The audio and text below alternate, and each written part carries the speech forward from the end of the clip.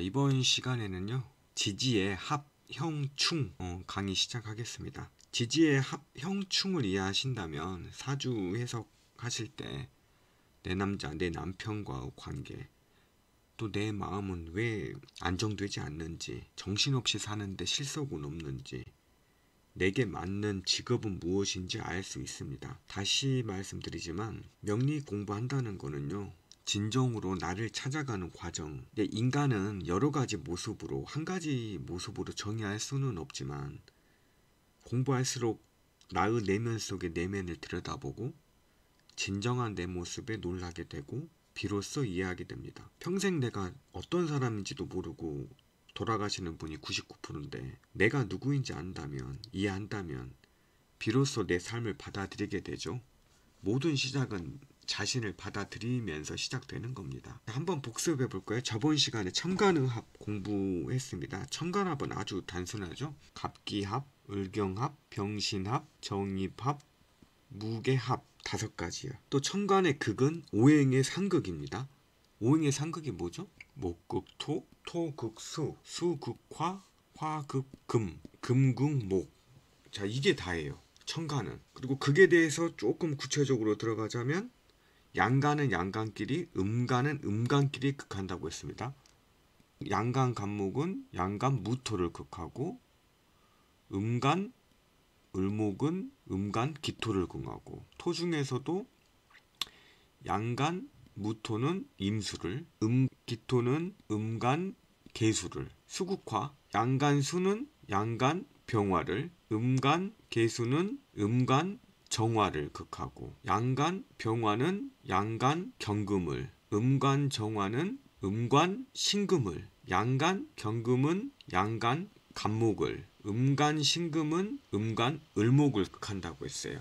양간은 양간끼리, 음간은 음간끼리. 이게 다예요. 천간은. 양간이 음간 재성을 만나면 이렇게 갑기합, 을경합, 병신합, 정임합, 무게합이 된다는 거. 자, 천간은 이게 단데 지지는 복잡 미묘합니다. 우리가 지지 지장간을 공부하셨고 합과 충, 다음에 형, 살, 지지는 배워야 할 게 많습니다. 복습하는 거예요. 기초과정은. 천간은 하늘, 하늘이죠. 천간, 남자를 뜻하고, 지지는 땅이니까 여자. 하늘은 바라만 봐도 맑은지 흐린지 알 수 있다고 했고, 땅은 그 속을 뭐가 들어있는지 모른다고 했어요. 파봐야 하니까.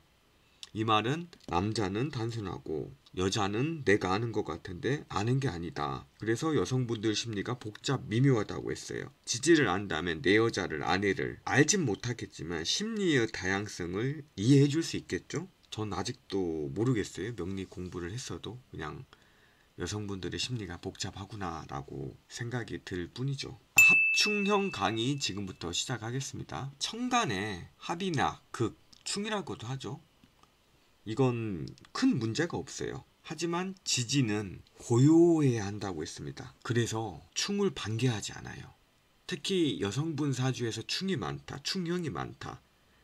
그만큼 내면과 현실 세계가 어지럽다는 반증이에요. 하지만 반면에 합이나 충이 없는 사주, 옛날 책에는 지지는 고요해야 좋다 이렇게 되어 있어요. 1000년 전 책에는. 그런데 과연 합이나 충형, 이 사주가 아예 없는 사람은 삶 자체가 안정적인 분이에요. 안정적이다. 변화가 일어나지 않는 사람이니까 안정적일 수밖에 없죠. 합, 형, 충은 변화를 나타내는 거니까.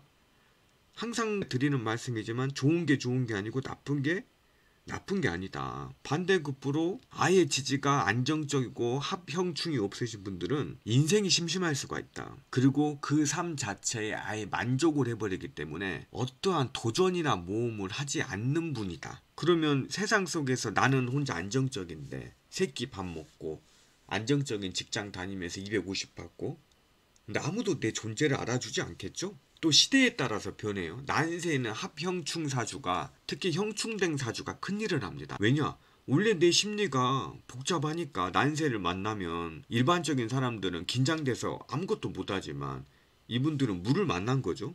그래서 직업 선택이 굉장히 중요하다는 겁니다. 명리에 맞춰서. 내 사주에 나쁜 글자가 합의되었다. 그럼 좋은 거죠. 하지만 내 사주에 반드시 있어야 되는 글자가 합의돼서 무력화됐다. 그럼 나쁜 거예요. 충도 마찬가지예요. 내 사주에 나쁜 글자가 제거되어 있다. 충돼서. 그럼 좋은 거. 근데 내 사주에 반드시 있어야 되는, 즉 용신이 충되어 있다면 나쁜 거예요. 이런 거는요, 국세를 제대로 봐야 내 사주 합형충이 좋은지 나쁜지 알 수 있어요. 이 단계에서는 구독자님 분들께서 여기까지는 알 수가 없고 현재는 그렇구나 라고 넘어가시면 됩니다. 그래서 제가 처음부터 살 개념으로 사주를 본다, 이건 말이 안 된다. 8글자 국세를 제대로 읽어야 합형충이 나쁜 줄 나오는데 어떻게 이것도 안 보고 살을 봅니까? 살은 사주 해석의 최하위 개념이에요. 오로지 음양오행입니다. 지지의 합 들어가 볼게요. 합이란 말은요, 일단 합형충에 대해서 일반적인 개념을 설명드릴게요. 합은 A와 B와 만나서 서로 끌어안는다는 거예요. 서로의 작용력이 감소한다. 감소한다는 건 기반된다, 얽어맨다, 그 용어라고 했어요. 마치 A 남자가 B 여자 치마폭에 숨어가지고 뭔가 큰일을 해야 되는데 여기가 편안하다 라고 사는 것처럼 빠진 거죠. 갑과 기토가 만나면 합인데 갑의 역할과 기토의 고의 역할을 제대로 못한다고 해석을 합니다. 그리고 갑과 기토가 만나면 토 기운이 강화된다 라고 봐요. 지지의 합도 마찬가지예요.